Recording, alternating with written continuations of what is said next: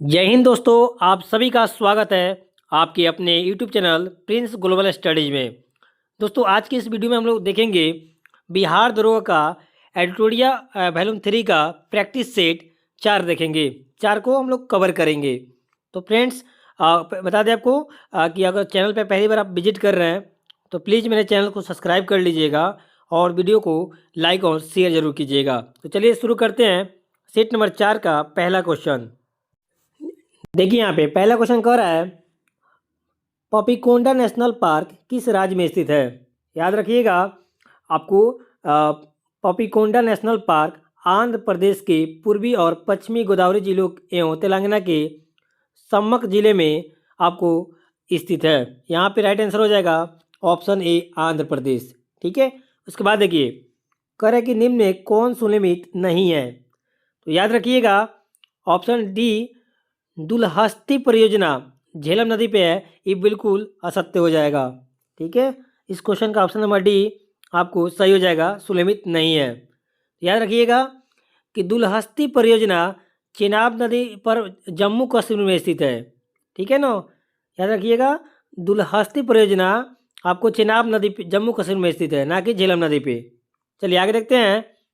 Third number कह रहा है कि भारत में सर्वाधिक मैंग्रोव वन किस राज्य में स्थित है। याद रखिएगा, सबसे ज़्यादा मैंग्रोव वन आपको पश्चिम बंगाल में स्थित है। ऑप्शन नंबर यहाँ पे बी बिल्कुल सही हो जाएगा। चलिए आगे देखते हैं। चलिए, 4 नंबर कह रहा है कि निम्न में कौन सा कथन सही है। तो यहाँ पे बता दें आपको, सूर्य ग्रहण अमावस्या को होता है। ऑप्शन नंबर सी यहाँ पे बिल्कुल सही हो जाएगा। चलिए उसके बाद यहाँ पे मैच करना है 5 नंबर। तो बता दें यहाँ पे दिया हुआ है, यहाँ पे ज्वालामुखी दिए हुए हैं और यहाँ पे देश किस देश में स्थित है उसका आपको सूची मिलान करना है। तो याद रखिएगा, मेरापी जो है फ्रेंड्स वो आपको इंडोनेशिया में है। माउंट एटना जो है फ्रेंड्स वो आपको इटली में हो जाएगा। और कोलिमा जो हो जाएगा उसका राइट आंसर मैक्सिको में हो जाएगा। और सबनकाया जो है फ्रेंड्स वो पेरू में हो जाएगा। यहाँ पे right answer option number A बिल्कुल सही हो जाएगा। चलिए इसके बाद देखते हैं। देखिए यहाँ पे 6 नंबर कर रहा है कि कौन एक सही सुलेमित नहीं है। तो बता दें, इसका राइट आंसर हो जाएगा स्वेज नहर, लाल सागर और अरब सागर। ऑप्शन नंबर बी यहाँ पे सही नहीं है। ठीक है। राइट क्या हो जाएगा, याद रखिएगा, स्वेज नहर को स्वेज नहर जो होता है फ्रेंड्स आपको लाल सागर और बता दें आपको भूमध्य सागर को जोड़ता है। ठीक है ना। लाल सागर और भूमध्य सागर को आपको स्वेज नहर जोड़ता है। ठीक है ना, याद रखिएगा। चलिए उसके बाद चलते हैं। आगे कह रहा है कि कौन सा एक सही सुलेमित नहीं है। तो यहाँ पर 7 नंबर का आमुर नदी यह चीन एवं मंगोलिया के मध्य सीमा बनाती है। ऑप्शन सी यहाँ पे सही नहीं होगा। ठीक है ना। याद रखिएगा फ्रेंड्स कि आमुर नदी सुदूर पूर्वी रूस और पूर्वोत्तर चीन के बीच सीमा बनाती है, ना कि चीन और मंगोलिया के बीच। चलिए उसके बाद चलते हैं नेक्स्ट। चलिए 8 नंबर कह रहा है कि निम्न में कौन सा सही सुलेमित नहीं है। तो बता दें यहाँ पे के कैटरबरी फिनलैंड में। ऑप्शन नंबर बी यहाँ पे बिल्कुल असत्य हो जाएगा।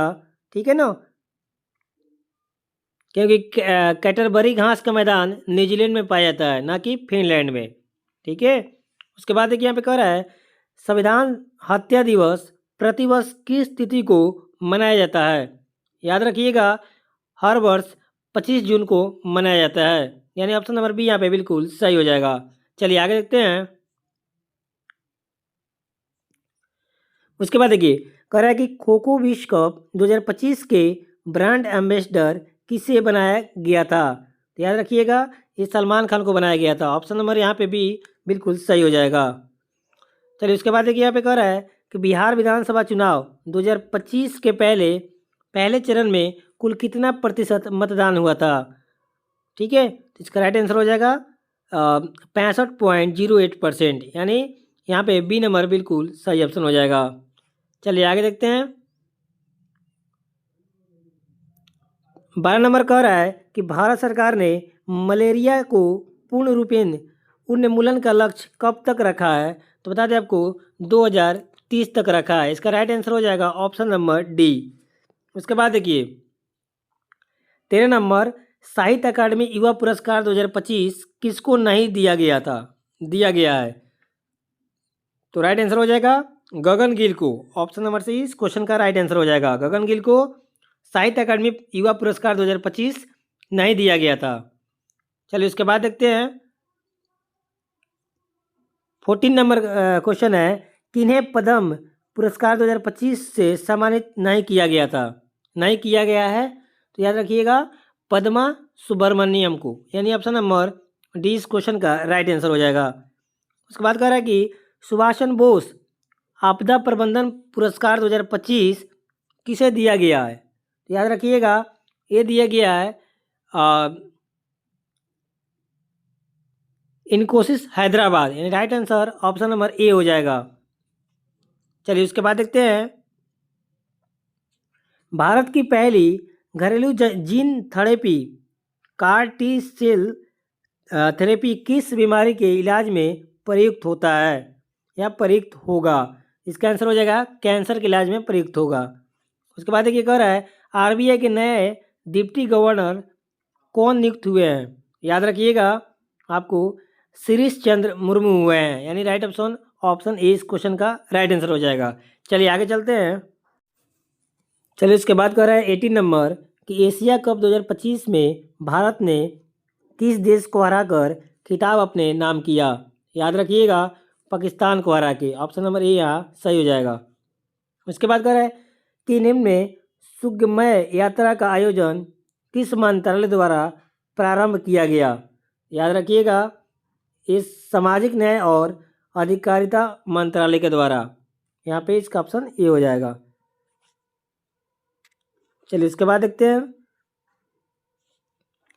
2021 की तुलना में 2023 में भारत के वनावरण में कितनी वृद्धि हुई है? याद रखिएगा 156 kilometre square. Option number C इसका राइट आंसर हो जाएगा। उसके बाद कह रहा है कि पीएम अजय योजना का प्राथमिक उद्देश्य क्या है? तो याद रखिएगा आपको हो जाएगा ऑप्शन नंबर ए बिल्कुल सही हो जाएगा। एससी समुदायों के बीच गरीबी कम करना। ऑप्शन ए बिल्कुल सही हो जाएगा। उसके बाद देखिए एशिया में सर्वाधिक रामसर साइट किस देश में है? याद रखिएगा वो हमारा प्यारा देश भारत में है। ठीक है ना, सबसे ज़्यादा रामसर साइट भारत में है। चलिए आगे देखते हैं। देखिए यहाँ पे कह रहा है ताल वन्य जीव अभ्यारण्य कहाँ पे है? याद रखिएगा ये है जम्मू कश्मीर में। ऑप्शन यहाँ पे डी बिल्कुल सही हो जाएगा। उसके बाद कौन एक सही सुलमित नहीं है? तो याद रखिएगा आपको धर्म गार्जियन भारत और अमेरिका, ये बिल्कुल गलत हो जाएगा। ऑप्शन नंबर सी यहाँ पे गलत हो जाएगा। याद कीजिए फ्रेंड्स, बता दें आपको कि धर्म गार्जियन का 6ठा संस्करण 2025 में भारत और जापान के थल सेनाओं के बीच जापान में किया गया था। ठीक है ना, तो यहाँ पे सी नंबर बिल्कुल गलत है। उसके बाद कह रहा है कि ग्लोबल फायर पावर इंडेक्स में भारत का स्थान कौन सा है? तो याद रखिएगा इसमें चौथा स्थान है। ऑप्शन नंबर बी बिल्कुल सही हो जाएगा। चलिए उसके बाद देखते हैं। उसके बाद देखिए कि हाल ही में नीरज चोपड़ा को भारतीय सेना ने कौन सी मानद उपाधि प्रदान की है? याद रखिएगा लेफ्टिनेंट कर्नल की। ऑप्शन नंबर ए यहाँ पे बिल्कुल सही हो जाएगा। उसके बाद देखिए यहाँ पे कह रहा है कि FIH 2026 पुरुष हॉकी विश्व कप का आयोजन कहाँ किया जाएगा? तो याद रखिए ये किया जाएगा आपको नीदरलैंड और बेल्जियम दोनों में किया जाएगा। तो right answer option number C इसका करेक्ट आंसर हो जाएगा। चलिए आगे कह रहा है 38वें राष्ट्रीय खेल 2025 में सर्वाधिक स्वर्ण पदक किसने जीता? तो याद रखिएगा सर्विसेज ने जीता। राइट आंसर ऑप्शन सी हो जाएगा। चलिए आगे देखते हैं।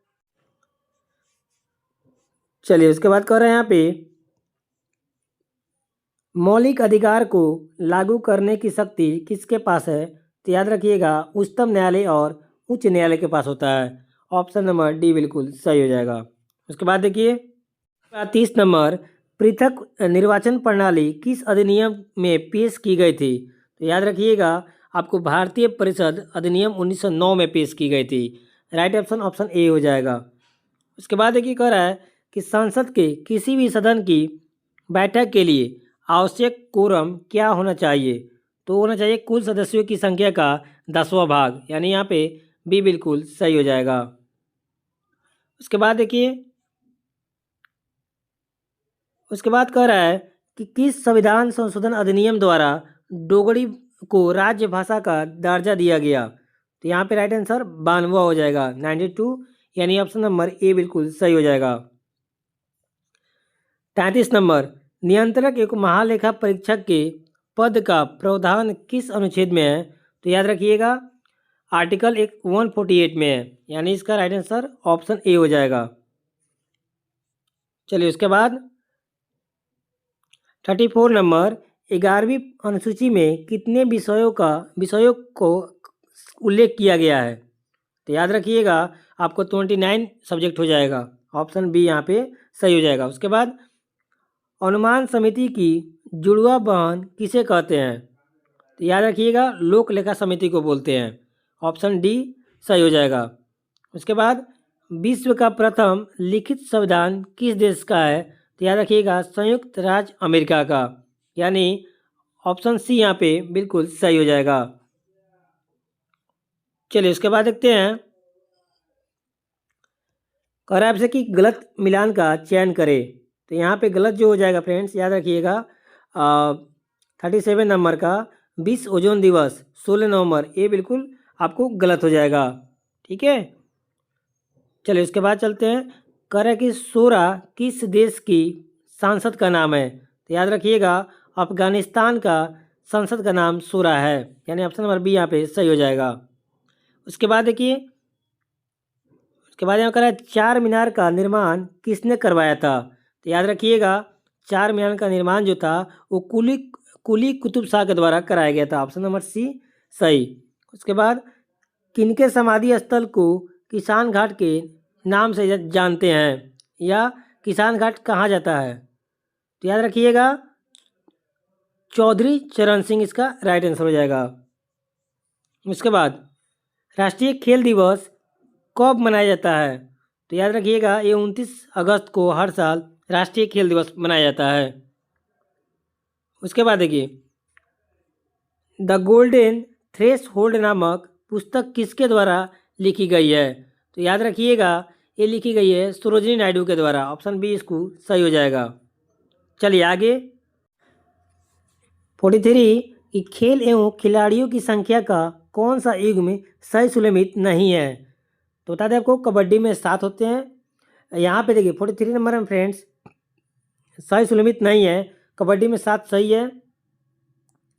खो खो में फ्रेंड्स आपके होते हैं 9, ये भी सही है। वाटर पोलो में 7 होते हैं, बिल्कुल सही है। लेकिन फ्रेंड्स बता दें आपको कि यहाँ पे बेसबॉल में 7 नहीं होते हैं। इसका बता दें इस क्वेश्चन का राइट आंसर डी हो जाएगा। ठीक है, पूछ रहा है कौन सुलमित नहीं है, तो डी नंबर जो है बेसबॉल वो सुलमित नहीं है। ठीक है, बेसबॉल में 7 खिलाड़ी नहीं होते हैं, 9 खिलाड़ी होते हैं। याद रखिएगा कितने होते हैं, तो 9 खिलाड़ी होते हैं। चलिए आगे देखते हैं। उसके बाद देखिए 44 नंबर, पेरिस किस नदी के किनारे बसा हुआ है? तो याद रखिएगा एसी नदी के किनारे बसा हुआ है। निम्न में कौन सा लोक नृत्य आंध्र प्रदेश की लोक नृत्य है? याद रखिएगा आपको कुचिपुड़ी जो हो जाएगा वो आंध्र प्रदेश का हो जाएगा। चलिए उसके बाद देखते हैं 46 नोबेल पुरस्कार प्राप्त करने वाले भारतीयों का कौन सा युग में सुलमित नहीं है? तो याद रखिएगा आपको रविन्द्रनाथ टैगोर को 1913 में मिला था, सही है। सीवी रमन को 1930 में मिला था, बिल्कुल सही है। कैलाश सत्यार्थी को 2014 में मिला था, सही है। लेकिन अमर्त्य सेन फ्रेंड्स यहाँ पे गलत हो जाएगा, आपसे गलत पूछ रहा है, तो डी नंबर इसका राइट आंसर हो जाएगा। अमर्त्य सेन को 1968 में आपको नहीं मिला था। याद रखिएगा आपको अमर्त्य सेन को वर्ष 1998 में अर्थशास्त्र के क्षेत्र में नोबेल पुरस्कार दिया गया था। ठीक है ना, चलिए इसके बाद चलते हैं आगे। 47 नंबर, विश्व का सबसे छोटा देश कौन सा है? याद रखिएगा वेटिकन सिटी सबसे छोटा देश हो जाएगा। यूरोप का मरीज किसे कहा जाता है? तो तुर्की को बोलते हैं यूरोप का मरीज। उसके बाद देखिए यहाँ पे 49 नंबर कह रहा है कि कौन सा सामाजिक सुधार भारत में विलियम बेंटिक द्वारा शुरू नहीं किया गया था? तो याद रखिएगा, कन्या भ्रूण हत्या को बढ़ावा देना। ऑप्शन नंबर सी इस क्वेश्चन का राइट आंसर हो जाएगा। देखिए उसके बाद कह रहा है आपसे 50 नंबर हो रहा है कि निजाम उल मुल्क आसफ जाह में के संदर्भ में निम्न में कौन सा कथन सही नहीं है? तो याद रखिएगा, आपको ऑप्शन बी इसका राइट आंसर हो जाएगा कि इसने केंद्रीय मुगल सत्ता से अपनी स्वतंत्रता की खुलेआम घोषणा की। ऑप्शन बी भी सही क्वेश्चन का राइट आंसर हो जाएगा। उसके बाद देखिए यहाँ पे कह रहा है 51 नंबर कि सहायक संधि प्रथा या प्रणाली के संबंध में कौन सा कथन असत्य है? तो इस क्वेश्चन का राइट आंसर डी हो जाएगा। मैसूर के टीपू सुल्तान ने सहायक संधि के तहत सेना खर्च के लिए अपने राज्य का एक भाग कंपनी को दे दिया था। चलिए आगे देखते हैं। कह रहा है कि 1859 के नील विद्रोह के बारे में निम्न में से कौन सा कथन सही है? तो याद रखिएगा, आपको सी नंबर बिल्कुल सही हो जाएगा। बंगाल के बुद्धिजीवियों ने इसे बढ़ावा दिया था। चलिए आगे देखते हैं। उसके बाद देखिए यहाँ पे कह रहा है 53 नंबर कि निम्न युग्मों में कौन सा सुलभित नहीं है? तो याद रखिएगा, आपको लॉर्ड कैनिंग भारतीय शिक्षा का कार्यवृत्त डी नंबर गलत हो जाएगा। ठीक है ना, याद रखिए को यहाँ पे, ठीक है ना। चलिए डी नंबर बिल्कुल सही इस क्वेश्चन का राइट आंसर हो जाएगा। उसके बाद देखते हैं, कह रहा है कि 1740 से 48 ईस्वी के मध्य यूरोप में चला ऑस्ट्रेलियाई उत्तराधिकारी का युद्ध किन यूरोपीय शक्तियों के मध्य हुआ था? तो याद रखिएगा, ये हुआ था फ्रांसीसी और अंग्रेज के बीच हुआ था। ऑप्शन नंबर ए बिल्कुल सही हो जाएगा। उसके बाद देखिए 55 कह रहा है कि मुंडा आंदोलन के संदर्भ में कौन सा कथन सत्य है? तो याद रखिएगा, आपको इसका राइट आंसर हो जाएगा, आपको 1, 2 और 3 तीनों सही हो जाएगा। यानी इस क्वेश्चन का right answer option number D हो जाएगा। चलिए आगे देखते हैं। 56 नंबर कि उन स्थल युग्मों की पहचान कीजिए जहाँ पे नौपाषाणकारी हड्डियों के औजार बहुतायात में प्राप्त हुआ। तो याद रखिएगा, बुर्ज होम और चिरान। ऑप्शन नंबर सी बिल्कुल सही हो जाएगा। उसके बाद हड़प्पा सभ्यता के समकालीन किस सभ्यता के भवनों में धूप में खुदाई हुई ईंटों का प्रयोग हुआ था? तो याद रखिएगा, आपको मिस्र की सभ्यता। ऑप्शन बी बिल्कुल सही हो जाएगा।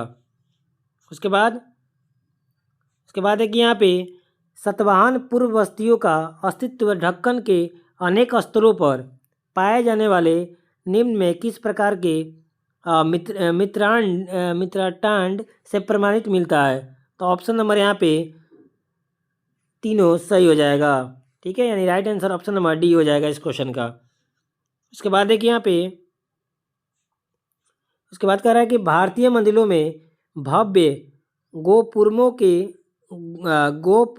पुरमों को जोड़ने का श्रेय निम्न में किस शासक को दिया जाता है? तो याद रखिएगा, कृष्ण देव राय। ऑप्शन नंबर सी इस क्वेश्चन का राइट आंसर हो जाएगा। चलिए आगे देखते हैं। चलिए इसके बाद देखते हैं 60 नंबर कह रहा है कि सुल्तान गयासुद्दीन आजम शाह के संबंध में कौन सा कथन सत्य नहीं है? तो याद रखिएगा, आपको उसके चीनियों के साथ कटु संबंध थे। ऑप्शन बी बिल्कुल इस क्वेश्चन का राइट आंसर हो जाएगा। इसके बाद चलिए कह रहा है कि एक वित्तीय प्रपत्र को मूल प्रतिभूति कहा जाता है यदि वो डैश की देयता प्रदर्शित करता है।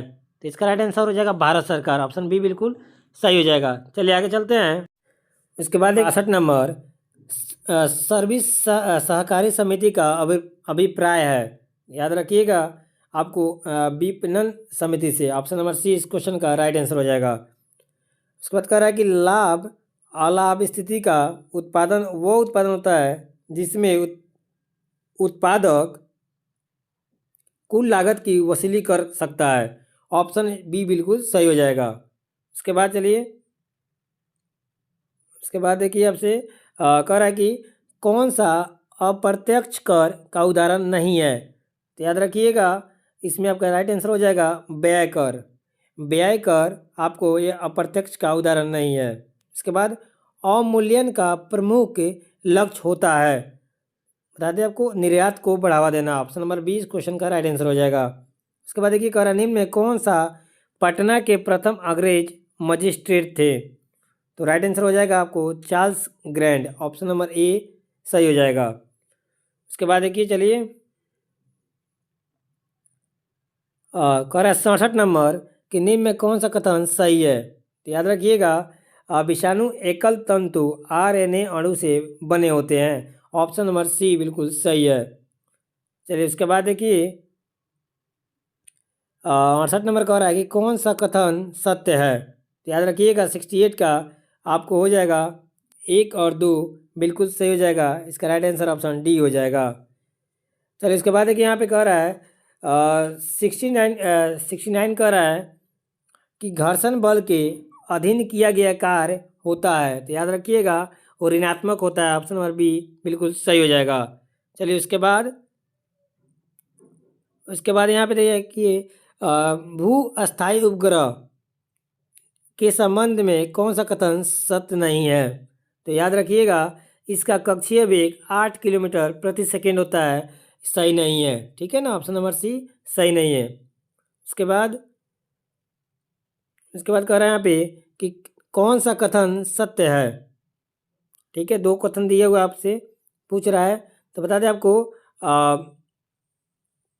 यहाँ पे कह रहा है कि एक विद्युत धारा दूसरी विद्युत धारा पर बल लगाती है। इसकी खोज अलेसांड्रो वोल्टा ने की थी।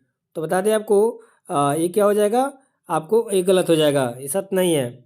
उसके बाद कह रहा है जब समानांतर चालकों में एक ही दिशा में विद्युत धारा प्रभावित होती है तो दोनों के बीच आकर्षण बल लगता है। बिल्कुल सही है फ्रेंड्स। ठीक है, एक और ऑप्शन दिया हुआ है, चलिए देखते हैं। 71 का आगे ऑप्शन देखते हैं। चलिए यहाँ पे 3rd नंबर ऑप्शन कह रहा है कि जब समांतर चालकों में एक दूसरे के विपरीत दिशा में विद्युत धारा प्रभावित होती है तो उनके बीच में प्रतिकर्षण बल लगता है। बिल्कुल सही है, यानी यहाँ पे friends right option number B हो जाएगा। 2 और 3 बिल्कुल सही हो जाएगा। उसके बाद ये कह रहा है सरल सूक्ष्मदर्शी की आवर्धन क्षमता क्या होती है। तो याद रखिएगा, ये हो जाएगा M equal to 1 plus D by F, यानी ऑप्शन नंबर ए बिल्कुल सही हो जाएगा। उसके बाद देखिए यहाँ पे कह रहा है कि एक तिरछना वृत्ताकार पथ पर तीव्र गति से जाता हुआ 4 पहियों वाला वाहन के संबंध में कौन सा कथन सही नहीं है। तो याद रखिएगा 73 का आपको 1 नंबर और 2 नंबर सही नहीं है। ठीक है ना, तो इसका राइट आंसर हो जाएगा ऑप्शन ए बिल्कुल सही हो जाएगा। उसके बाद देखते हैं 74 नंबर कि निम्न में कौन सा प्रक्रिया है जिसके द्वारा कोई वस्तु कुछ रंगों के प्रकाश को अवशोषित करती है और दूसरों को परावर्तित करती है। तो यहाँ पे इसका राइट आंसर हो जाएगा परावर्तन। ऑप्शन बी बिल्कुल सही हो जाएगा। उसके बाद देखिए वर्ण का कह रहे हैं यहाँ पे वर्णदाता एवं हीमोफीबिया किस प्रकार की अनुवांशिक बीमारी है। तो बता दें आपको एक्स लिंक सहलग्न अप्रभावी रोग या विकार। ऑप्शन नंबर सी यहाँ पे बिल्कुल सही हो जाएगा। उसके बाद देखिए कह रहा है कि उबलते जल की तुलना में उसी ताप की भाप प्राय अधिक गंभीर जलन देती है। इसका कारण क्या हो जाएगा, वापसन की गुप्त ऊष्मा। ऑप्शन नंबर ए बिल्कुल सही हो जाएगा। उसके बाद देखिए यहाँ पे कह रहा है कि ऊंचाई की जगह पर पानी 100 डिग्री के नीचे के तापमान पर क्यों उबलता है। क्योंकि वायुमंडलीय दबाव कम होता है, अतः उबलने का बिंदु नीचे आ जाता है। ऑप्शन नंबर ए इस क्वेश्चन का राइट आंसर हो जाएगा। चलिए आगे देखते हैं। 78 कह रहा है रासायनिक तत्व के अणु के संदर्भ में चुंबकीय क्वांटम संख्या का क्या संबंध है। तो ये अभिविन्यास से। ऑप्शन नंबर ए बिल्कुल सही हो जाएगा। उसके बाद देखिए यहाँ पे कह रहा है कौन सा कथन सही कथन का चयन कीजिए। आपसे यहाँ पे कर रहा है सही कथन का चयन करना है। यहाँ पे कह रहा है आवर्त में बाएं से दाएं जाने पर संयोजी इलेक्ट्रॉन की संख्या बढ़ती है, बिल्कुल सही है। उसके बाद देखिए आवर्त सारणी में किसी वर्ग में ऊपर से नीचे आने पर आयनन विभव का मान बढ़ता है, बिल्कुल गलत है। यहाँ पे सही की बात कर रहा है तो ऑप्शन नंबर ए बिल्कुल सही हो जाएगा, केवल फर्स्ट कथन सही है। चलिए नेक्स्ट। उसके बाद देखिए कह रहा है 80 नंबर कि ईस्ट का उपयोग वाइन और बियर उद्योग में किया जाता है क्योंकि यह शोषण करता है आपको अवायवीय रूप से अल्कोहल का उत्पादन। ऑप्शन नंबर सी बिल्कुल सही हो जाएगा। उसके बाद देखिए यहाँ पे कह रहा है 81 निम्न में पुष्पीय पादप में लैंगिक जनन का सही कर्म क्या है? तो याद रखिएगा आपको सही ऑप्शन बी बिल्कुल सही हो जाएगा। इसके बाद चलिए इसके बाद कह रहा है 82 नंबर कि टमाटर के बीज रहित फल का उत्पादन निम्न में किस विधि द्वारा संभव है? तो याद रखिएगा पुष्पों पर हार्मोन छिड़कने से। ऑप्शन नंबर सी बिल्कुल सही हो जाएगा। उसके बाद देखिए निम्न में से हृदय द्वारा स्रावित हार्मोन कौन सा है? तो याद रखिएगा आपको ANF। ऑप्शन नंबर बी बिल्कुल सही हो जाएगा, ठीक है। उसके बाद देखिए 84 आणविक जाति वृत्त का महत्व है। तो याद रखिएगा उपयुक्त सभी, यहाँ में तीनों ऑप्शन सही हो जाएगा, यानी इस क्वेश्चन का right answer option number D बिल्कुल सही हो जाएगा। उसके बाद देखिए यहाँ पे कह रहा है 85 नंबर कि प्रोटीन संश्लेषण में निम्न कोशिकांगों में से किनकी भूमिका सबसे अधिक महत्वपूर्ण है? तो याद रखिएगा अंतः प्रद्रवी जलिका और राइबोसोम, यानी ऑप्शन नंबर बी बिल्कुल सही हो जाएगा। उसके बाद विशेषाधिकार के लिए अंग्रेजी परिभाषित शब्द है। तो याद रखिएगा 86 का आपको प्रिविलेज हो जाएगा, यानी ऑप्शन नंबर डी इस क्वेश्चन का राइट आंसर हो जाएगा, ठीक है। प्रिविलेज का मतलब विशेषाधिकार होता है, याद रखिएगा। उसके बाद देखिए यहाँ पे कह रहा है उसके बाद यहाँ पे कह रहा है कि इनक्लोजर का सही अर्थ, हिंदी अर्थ बताना है आपको। तो बता दें आपको इनक्लोजर